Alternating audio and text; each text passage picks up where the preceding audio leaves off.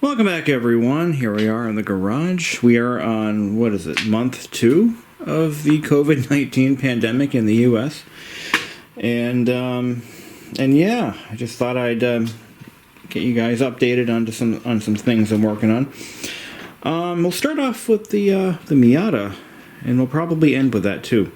So, my 94 Miata is, I've got it on the road, of course. I've been driving it on nice days, and it's going to rain tomorrow, so that won't be one of them. I've decided to just keep the top down and put the parade boot on just to protect it from UV exposure. And I've given it a good coat of wax, and then well, maybe we'll start with that. So this car definitely needs to be buffed. I don't know if the camera's picking it up, but there are a lot of whirl marks on this paint. A lot of no scratches. There's not one scratch on this car. Not one scratch. Not one dent. Not one. Oh, there's one ding, and it's on the passenger's door, and it's small enough to where I don't feel like paying to have it removed. There's a tiny little ding that I could get a PDR guy over here to clean it up, but I'm not going to do that. That's paintless dent removal. Paintless dent removal is actually pretty interesting. It's definitely an art form, and I had a dent removed on a car that I bought brand new, and the dealer, and as part of the deal, you know, every new car gets a free one-time paintless dent removal from the guy that they hire to do all their used cars. And what he does is he takes these heavy-duty metal rods with rounded, very smooth round tips, and he stuffs it in the door frame behind the glass or in front of it, and he just massages the metal just so it takes the dent right out without any paint damage. And they have special tools that they can get like inside a wheel well or a fender.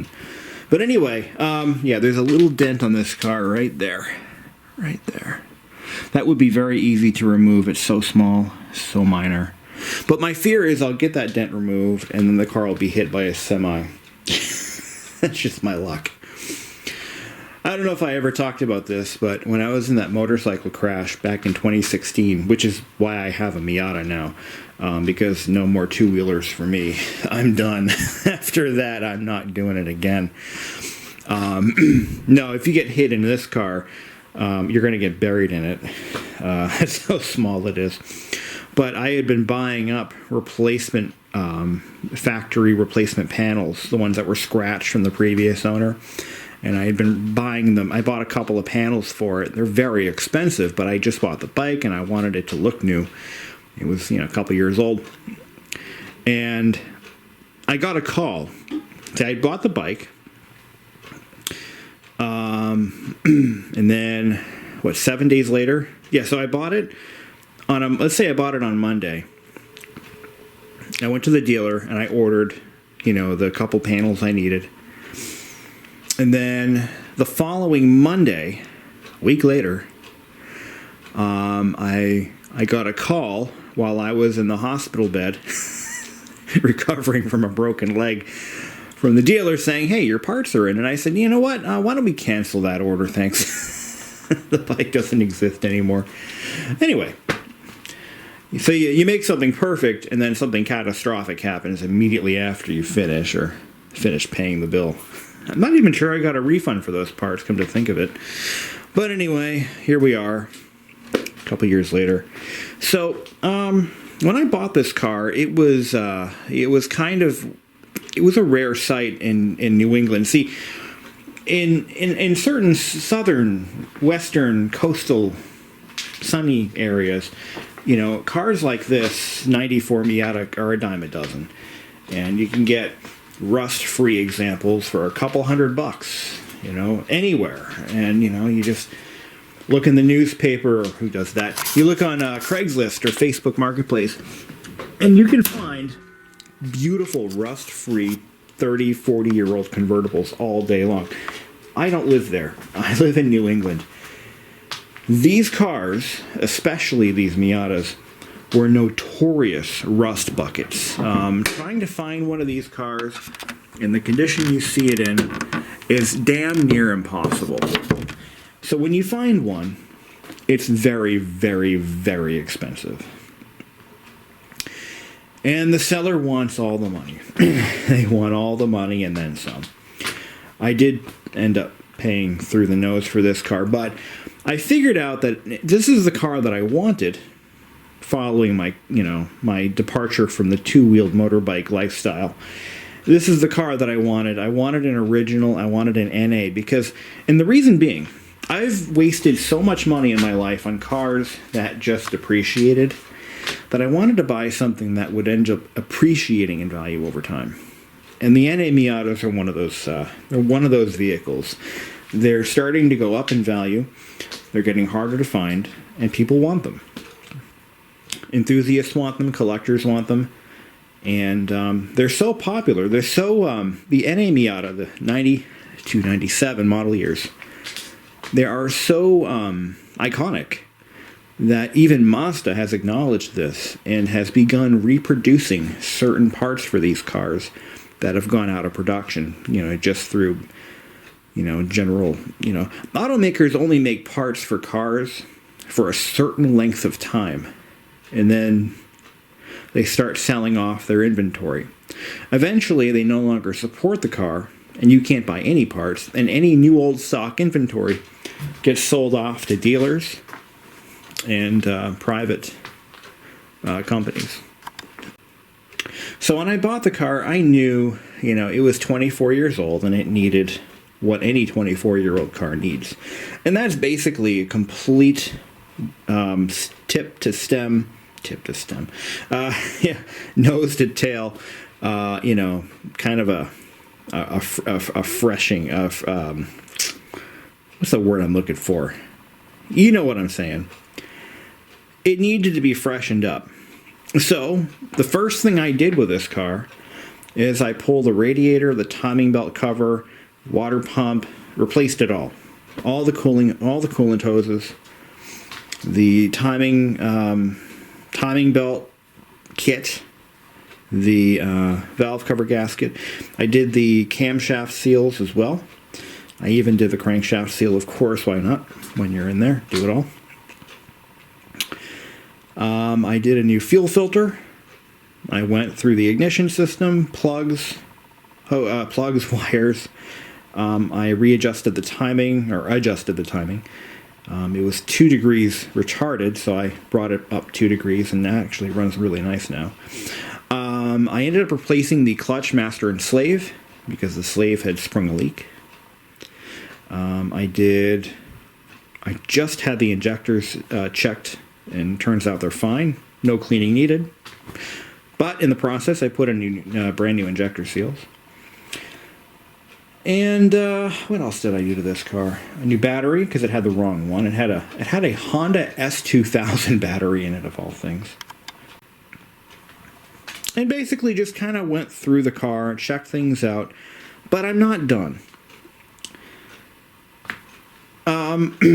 Unfortunately, shocks are one of those things that they tend to age out on a car like this.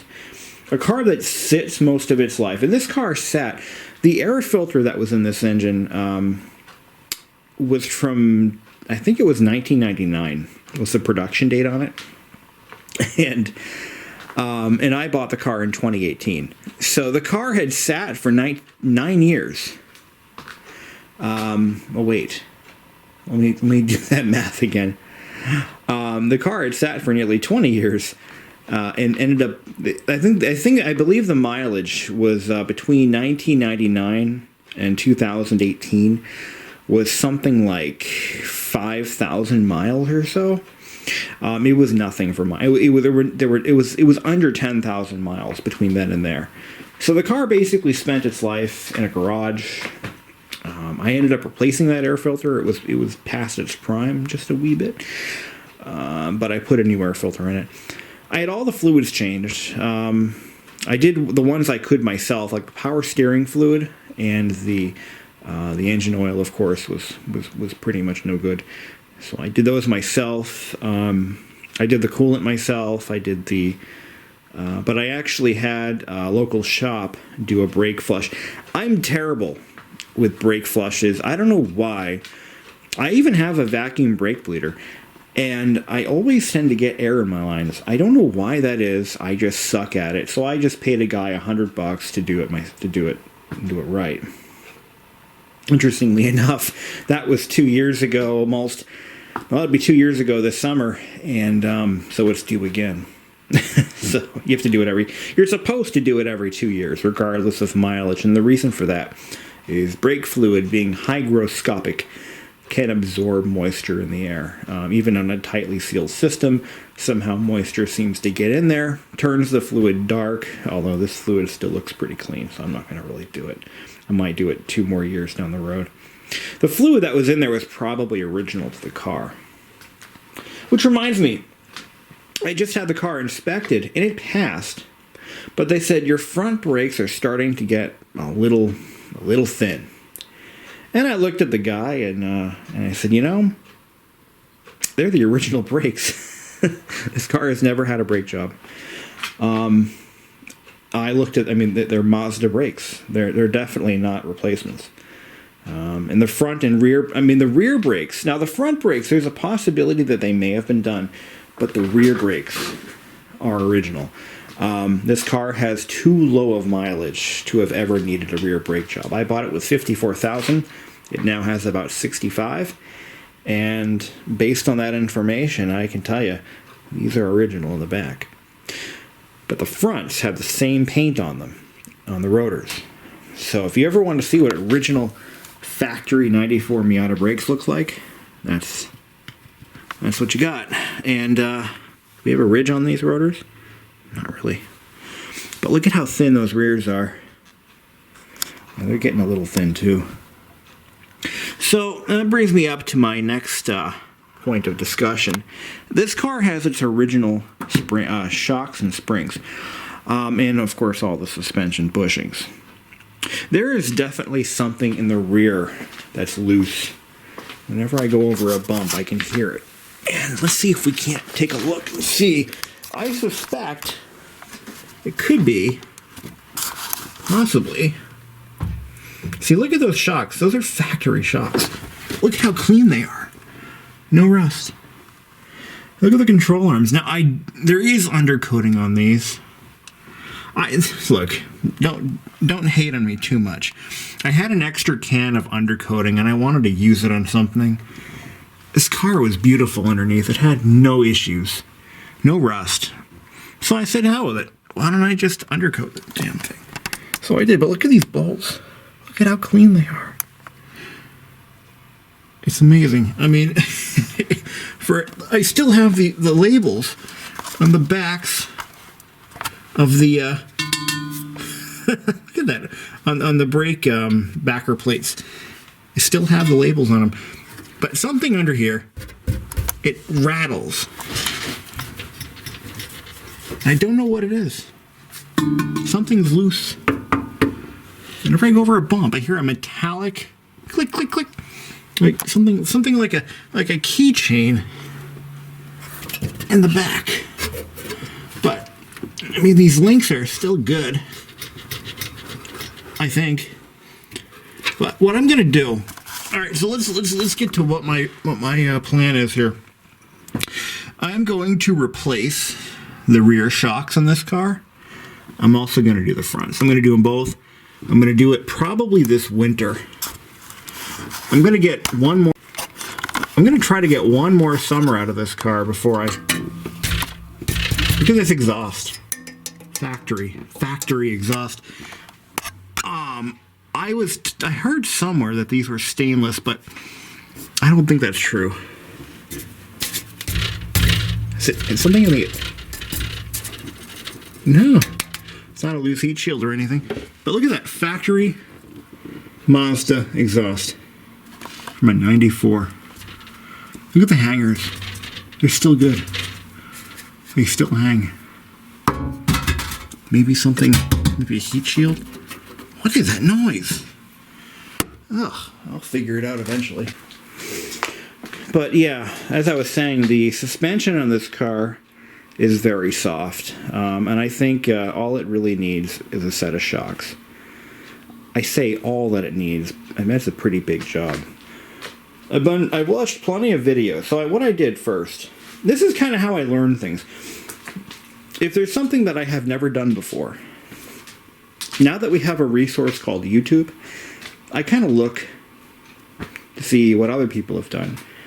And it turns out there's like two or three different ways to do suspension on this car. Now, I'm not going to be doing any performance upgrades. I actually kind of like the way the car handles. I just wish it were more... it rides like a Cadillac. And I kind of wish it didn't. It's not supposed to. The car should not ride like a Cadillac, and it does. So what I want to do is kind of tighten up that suspension a bit. All it needs is a set of shocks. I bought a set of spring compressors. They're the cheap ones, or as they call them, the Widowmakers. But if used responsibly, I should live through the procedure. I wonder, the jack. Oh, there it is. Mystery solved. But it's still kind of janky. That's what the noise was. Guarantee it. Yeah, that's what I'm hearing. So to tighten this up, just turn the jack. There we go. There we go. Tighten that up a little bit, give some pressure. Look at that. All right. So I fixed the suspension rattle. That was easy. But as I was saying, it is time for new shocks. I'm going to do the front and rears. I'm also going to do the sway bar links and bushings. Why not? They're easy to do. They're cheap. Just throw them in the cart. It's easy to add things into carts when you're buying shit online. I'm going to buy the parts from Parts Geek or Rock Auto. I think they might actually be related. That's where I got the clutch, master, and slave cylinders. So, as I said before, I replaced the clutch, master, and slave a while back. I replaced them about a year ago. But what ended up happening was, shortly after replacing the master cylinder, see, I did the slave because it was leaking.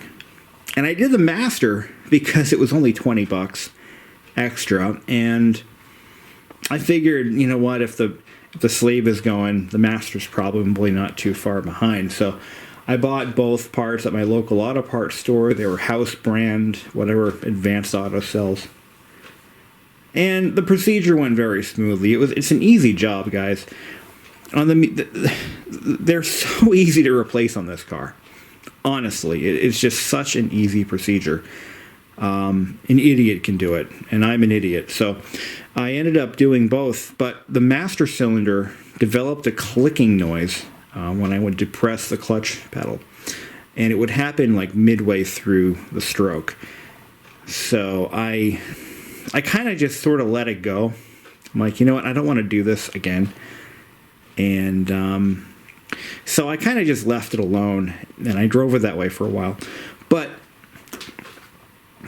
actually, no, that was shortly after I bought the car, so it was about almost 2 years ago. So fast forward to this spring, I'm just kind of cleaning up the car and getting it ready for the road, and I noticed there's brake fluid all over this panel right by the firewall. Now, for those of you who know, brake fluid acts as a paint stripper. And if you ever have a master cylinder leak, because every car has a master cylinder, if you have one leak, it can cause, especially a collectible car, a classic car, or something you just had repainted. Let's say you had the whole car restored from the frame up, and you repainted the entire engine compartment, and then your master cylinder springs a leak.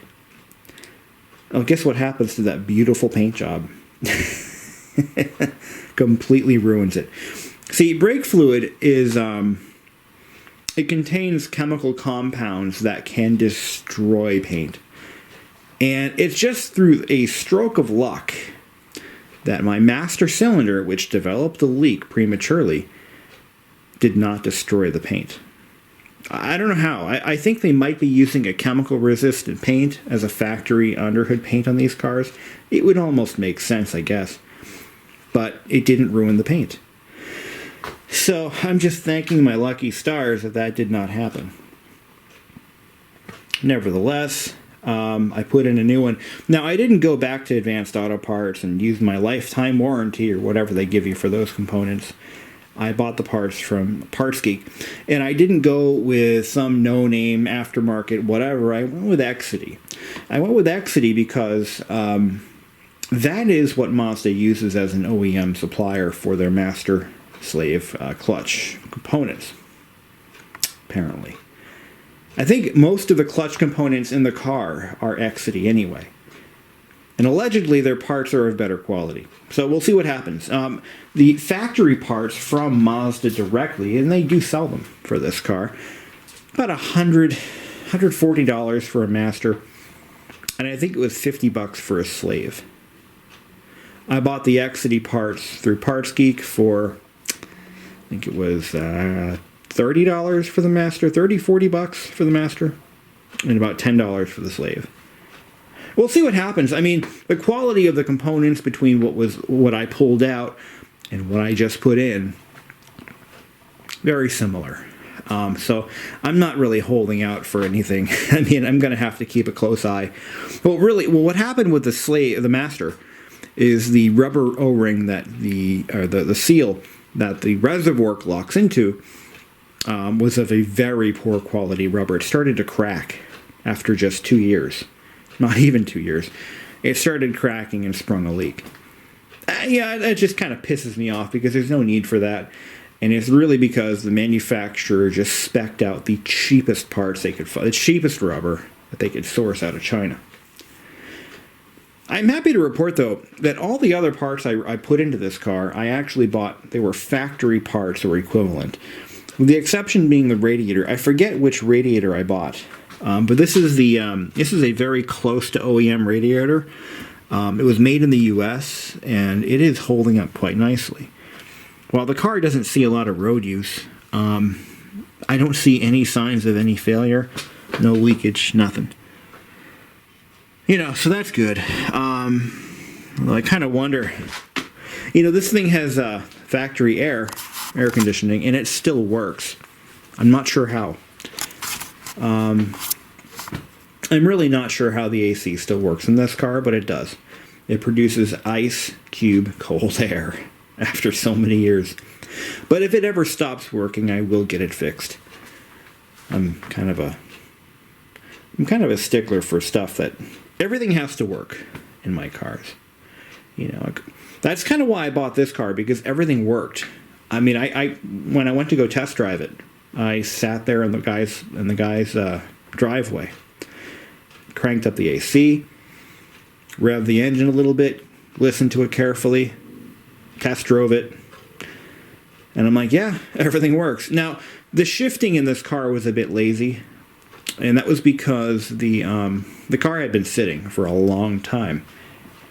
But not only that, it had never had a transmission oil change. So I made sure to get that done. That was one of the first things I did. Actually, I had the transmission oil changed, and then I had the diff changed. And that's when I learned that if you have a Miata with a manual, there's only one transmission oil. Actually, there's 2 or 3. But there's one that everyone seems to go to, and it's Motorcraft. Believe it or not, Ford Motorcraft synthetic manual transmission fluid. This is what you use in the Miata transmissions. You don't use this or anything else. This is what you use, Motorcraft. Why? Because of the synchros. That's right. When I had the oil changed in the transmission from, I think I went to Valvoline, actually. I know what you're thinking. Who takes a classic car, even a Miata? I mean, come on. They're not rare or anything, and they're not particularly valuable. Who brings any car, really, to Valvoline, other than a lease? Well, I do. No, I don't. I brought it there because they were open and I wanted to get it done. And they put, what do they put in there? I think they put 7590 in the transmission because that's what they have. They didn't. I mean, they let me watch him do it. I mean, the guy told me, you know, I watched the mechanic. I mean, okay, oil changer. I watched him do the job because I wasn't going to let the car out of my sight, and he did a fine job. He really did. I mean, he torqued it. He did everything he had to. You know, he pulled the drain plug out. He used a torque wrench to put it back on. Apparently, the guy, he was telling me that he has a. He claims he owns an MR2, but anyway. So anyway, he did that, and yeah, it never shifted right since. It was always hard going into third. It just didn't feel right to me. And I thought, well, maybe it has to break in. No. It was the wrong oil. So you put that's what you put in those. You don't put anything else, Motorcraft. But I think it's Rattling is the fluid that some people seem to like. But for the most part, it's Motorcraft. And I keep saying that. I'm trying to come up with something else to say.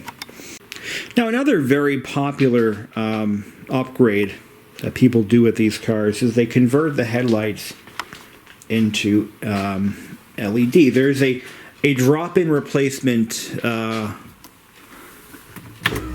headlamp bulb that you can put into these. Now, these cars have the old-fashioned sealed beam lamps, and it's a 7-inch 2D1 bulb. Now, one of the most popular upgrades that I see on these cars are the LED replacements. I guess it's a bulb with a built-in LED driver and everything, all integrated. I personally prefer the look of the old halogen bulb, the sealed beam. It's just a classic look. I can't change that. So when these burn out eventually, I will replace them with LEDs. I mean, with more halogens. And I've been thinking about actually buying a set of these ahead of time just to make sure I can get them. Because something tells me that these aren't exactly pouring out of the factories in Sylvania's plants and, you know, probably China now. Yeah. Something tells me that these aren't the way of the future. But you can still buy them, and you can still buy them anywhere, actually. So I'm hoping I can get a set of these without. I don't know how long they're going to last, so I might just buy a set just to have them on hand in case I can't find them. But I'm not really. One of the character flaws that I possess is I don't like changing the look of really anything. I mean, even my house, I haven't really altered the appearance much from its original 1950s look because I kind of like it the way it is. Well, that's kind of the way I feel about these headlamps. I kind of like them the way they are. I mean, sure, you know, they could produce more light, but I just like the look of these old bulbs. It just adds to the car's heritage, you know. I mean, and along those same lines, I put the original stereo back in after pulling it out for a while. I made the necessary repairs to the original Pioneer deck, and I put it back, and it still works. And I listen to cassette tapes now. Go figure. Although I only have 2. I got to get more tapes. I'll work on that. Actually, I need to get what I'm going to do is now it was brought up in my video where I talked about that radio and how I had to repair it and everything. It needed, the amplifier capacitors were kind of going out, so I put in the new ones. And what else did I did some lamp replacements. So it was brought up that they make a Bluetooth module. And what it does is it plugs into the antenna socket. You can link your phone right up to the Bluetooth module, and it hides behind the radio. But it plugs directly into the FM antenna connector. And the idea is you get less cross interference from other FM stations.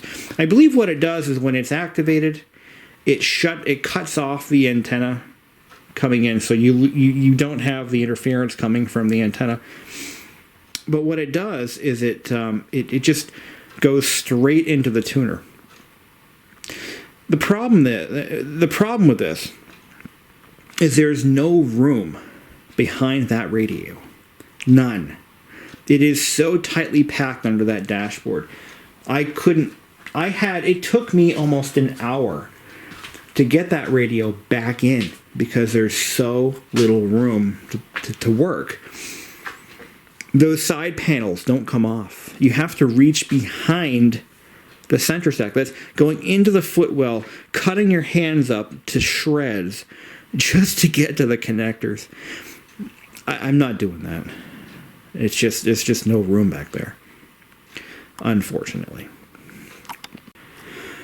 After realizing how dirty these headlamps were while shooting that last segment, I decided to clean them. Now they are clean. I know that's going to bother some of my viewers, but I just took care of it. No worries. But anyway, because of this car, for the first time in like 20 years, I've had to use this. This is my dad's timing light.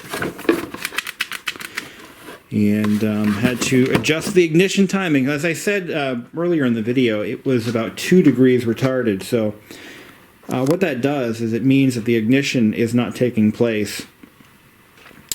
It's taking place, it was set to, I believe it was 8 degrees before top dead center. So that's a little early. No, late. It's a little late. So I had to advance it by 2 degrees. And the whole point of that is so that the ignition, the flame front occurs exactly when it has to achieve the most efficient combustion possible. Anyway, there's a whole bunch of science behind all that. We won't get into it. But on this car, so this engine was designed way back in the 1980s. And while it has, of course, automatic electronic ignition advance, what it does not have in every car, almost every car, I believe every car in the market today it's called the knock sensor. Hell, even my 87 Volkswagen had a knock sensor. What a knock sensor does is it works in conjunction with the automatic ignition advance and retard feature that's built into the ignition system. It works in conjunction with that so that it can advance see, when you advance the timing on an internal combustion engine, the end result is you get a lot of torque at lower engine RPMs. It increases the torque, or the amount of power going out. It changes the torque curve. Again, a lot of science behind it. I'm not even going to try to explain it, but what can happen is if you advance it too far, you can cause what's called pre-ignition, or a spark knock, or ping, whatever term you decide to use. It can cause pre-ignition. Pre-ignition is where the ignition occurs as the piston is coming up.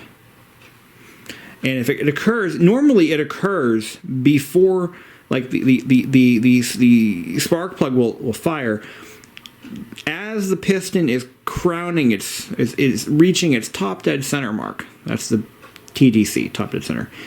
Well, if it occurs too early, it can ignite and try to push the piston back down again before the crank rolls over to the other side. So when an engine is running or under a load or accelerating, you can feel or hear a ping or a knock. Okay, if the ignition is occurring too early in the cycle. What happens in that case is that knock can be picked up by a device that it acts as a microphone, if you will, and it can hear that distinct. It's like a take a metal hammer and bang right against something nice, and we can feel that. It's enough to it is tuned. That knock sensor is tuned to whatever frequency that ping creates in the block of the engine. It can feel it. And when it feels that distinct knock, that sound, that ping, it will then tell the ECU, the engine control computer, to retard the ignition, meaning dial it back a little bit. You're too advanced. And the term is not used in a derogatory manner. It is the right term to use. So, on an engine that has a knock sensor, this is what I'm drilling at here. On an engine with a knock sensor, there's very little adjustment needed because it automatically tries to advance the timing as far as it can. Then when it starts to detect a ping or a knock, it says, whoa there, fella. Dial it back a degree or two. And then once the knocking stops, it's fine. It just rolls with that. It changes what's called the ignition timing map. Now, on a car that does not have a knock sensor, that being this one, it gives the driver, the owner of the car, a little more leeway to kind of mess around with the ignition timing. And you can kind of tune these engines a little bit based on your driving style and your fuel use, the fuel that you use.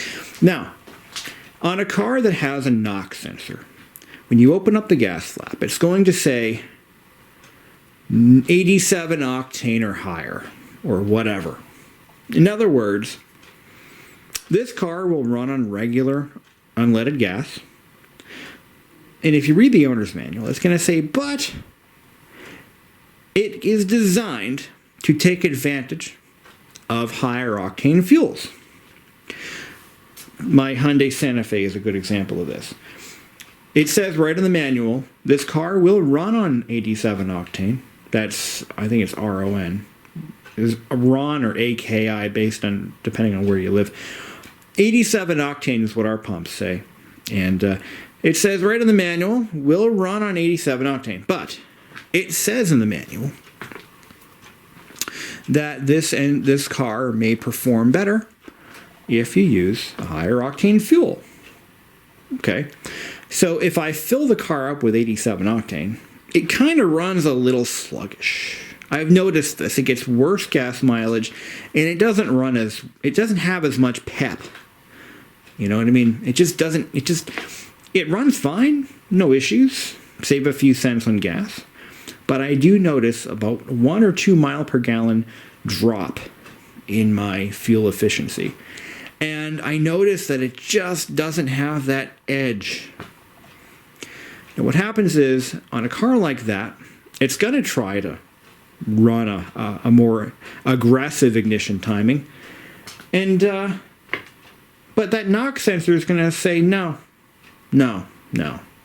He wanted to save 50 cents a gallon on his fuel, so we're going to give him the detuned ignition timing, the lazy timing. We're going to retard the timing by 2 degrees, and he's going to lose a little bit of power. But, hey, you saved 50 cents a gallon. Let's reward him for it. Alternatively, if I decide to run 93 octane, or if I decide to go over to the airport and spend a little extra money for the good stuff that comes in blue, avgas, whatever, the ignition timing will change because the knock sensor isn't going to be tripping out on that engine. It's going to say, oh, all right, he cracked open his wallet and he's feeding us the good stuff. Let's roll out the ponies, boys. And that's what happens. The knock sensor can tell that you're running a higher grade fuel, and it will remap the ignition to be a little bit more aggressive. And you'll notice a slight increase in fuel mileage in some cases, and you might notice a little more pep, a little more energy coming out of that motor. Some cars, you won't notice a difference. Most cars, for example, Toyota Corollas and, simple port injected, just basic economy engines you're not going to notice much of a difference. Some cars cannot run on 87 octane at all. One example, so I had a Nissan Murano. I think many of my loyal viewers know about this pile of crap. That Nissan Murano, you'd put 87 octane in that car, and it just didn't want to do it. In fact, I believe the manual did state that engine was designed from the factory to run on high octane fuel. But the more modern cars, they're designing them so that they'll run on the low octane stuff, but they will self-detune so that they don't have a pre-ignition problem. This car, because the timing is not, there is no feedback in the ignition system, so there's no knock sensor, no feedback. This particular engine does not benefit from high octane at all. It runs the same ignition timing map regardless of what you're doing. What you might notice on an engine like this, however, is that it may knock under load, and it may knock if it's starting to run a little hot. And the way to now if it's doing that, then your ignition timing is too aggressive. It's too advanced for the fuel that you're putting into it. So if you put high octane fuel, you're going to cure the knock, and all's well that ends well. Or let's say you have a particularly poor quality fuel in your area. In that case, you're going to grab a timing light, and you're going to retard the timing, I would say maybe 1 or 2 degrees until the knocking stops. So you dial it back 1 degree, give it a quick run. If the problem goes away, leave it there. If it doesn't, knock it back another degree or 2 until you're like at the point where you're at the factory limit, which is like maybe 14 degrees. Or no, I think it would be is it 8 degrees before top dead center? What was this thing set to? I think it was running at 14 degrees or 12 degrees before top dead center. So the closer to top dead center you get, look at the death clock. What is that thing? The doomsday clock. It looks like the doomsday clock. The closer to 12 o'clock you get, yeah. So you want to get it probably dialed back to no more than maybe 12 degrees or so. People have run these engines on, I believe, as far as 6 degrees before top dead center. But that's running high test fuel. You do that on this engine, and it's going to knock until the cows come home. And that's how I met your mother. But I hope my little kind of loosey-goosey, made up in my head description of how ignition timing works and how feedback ignition systems and non-feedback ignition systems can change things. So when my friend was putting high-grade fuel in his 2002 Hyundai Elantra, I'm like, dude, you really don't need to do that. And he said, well, no, the high-grade fuel has more detergent, and it's better for the engine. And I explained to him that no, it's not. While that Hyundai Elantra had I believe it had a knock sensor. I believe it did. The engine wasn't built for high-grade fuels, and it wasn't built to take advantage of the increased octane in the fuel. And what is octane? Of course, octane is a chemical additive that actually reduces the flash point of the fuel so that you can better control the way the fuel burns. So more octane means it's less likely to flash, less likely to ignite itself. On a normal standard, 10-to-1 compression ratio engine, I think this is 9-to-1 or something like that. I'll look it up, or I won't. But on a standard economy car engine, let's just leave it at that, there is nothing there that will take advantage of the increased octane. As for the detergent levels, that is mandated by the government for all grades of fuel to be about the same. Now, I guess Shell claims that they might put more detergents in their higher grade fuels. That may be true, but it's not the rule. I wouldn't count on it. You don't need expensive fuels. Now, if I were to put a turbocharger on this engine and maybe increase the compression ratio and do all sorts of stuff, high grade fuels would be, In fact, you could probably build this engine up to require aviation fuel, which has an octane rating of about 100 or so, I think, or 110. Yes, you can buy aviation fuel and run it in your car. People do it. It's just very expensive. And there's really no need for it. Unless you have, a built engine. So to recap, I've got to get this car buffed. Unfortunately, the situation in the world right now is I've decided not to go and get that done. The local place that does detailing, they have all these rules where you have to drop the car off the night before outside in the rain, and I'm just not doing that. I'm gonna wait until things settle down. So the money that I was gonna put into the buffing and whatnot, I'm probably gonna spend on suspension parts, and I'm gonna rebuild the suspension. I'm gonna check the. It looks like I'm gonna have just enough room in this garage to do one side at a time. So I'll pull one side off. I think I have enough room in this garage to do that without taking the car. See, the thing is, I'm going to drag it outside. I'm going to pull a wheel off, pull the suspension apart, and find out that my bushings are falling apart.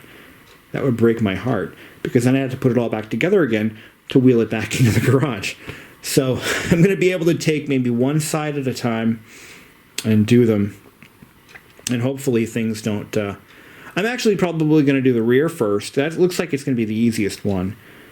And then we're going to check the bushings out, make sure everything's good. If they're no good, I'm going to just replace what I have to replace. Of course, right? I have mileage on my side. This car doesn't have 100,000 miles. It doesn't even have 100,000. It has almost half that, or a little more than half that. So mileage is not going to be the factor. It's going to be age. The car hasn't sat out in the woods or ever seen salt. So, that's a good thing.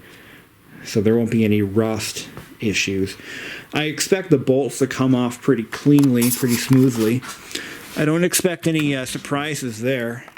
The front is cleaner than the back. So what you saw under the car in the back is basically just as good as the front. I'm actually looking forward to this. I've never done suspension work before. I've never done shocks. Now, one thing I have done is I actually did, a good friend of mine from high school, he broke a spring in his 95 Ford Escort. And I brought him to the junkyard. We bought a complete set of rear shock. They were struts. We bought a complete set of struts from the junkyard, and we put them on in his dad's garage. We did it ourselves. Neither of us had ever done anything like that before. That was the only time I've ever done suspension work on a car. Except for the time I put new control arms in my 2010 Elantra, which that was a pretty painless procedure. So this will be a new challenge. When I do the suspension on this car, I'm going to have the wheels off anyway, so I'm going to go ahead and just replace the brakes all around. It's going to add a couple $100 to the job, but I just want to do it once. I'm going to pull off the rear brakes and the front and just do them. And I mean, they are very old. Which leads me to my next point. Now, if you're working on an old car, something that's older than a certain period of time, there is a possibility that you could run into asbestos in the brakes. So make sure you keep that in mind. They used to use asbestos in brake pads. They did that actually up until pretty recently. And I'm pretty sure that in '94 they were still doing it. So if these are genuinely the original brakes, probably going to have asbestos in them. But the good thing is, I've always pressure washed, the wheels and the brakes, so there's not a lot of dust. But if you're going to do a brake job on a car with disc brakes, go ahead and pressure wash it before you take it apart, because, less dust in the air when you're doing the work. Probably better. Anyway, I think that's going to be it for now. So I thought I'd make a little video on all the crap I'm doing to this poor car, and what has yet to be done. Thanks for watching.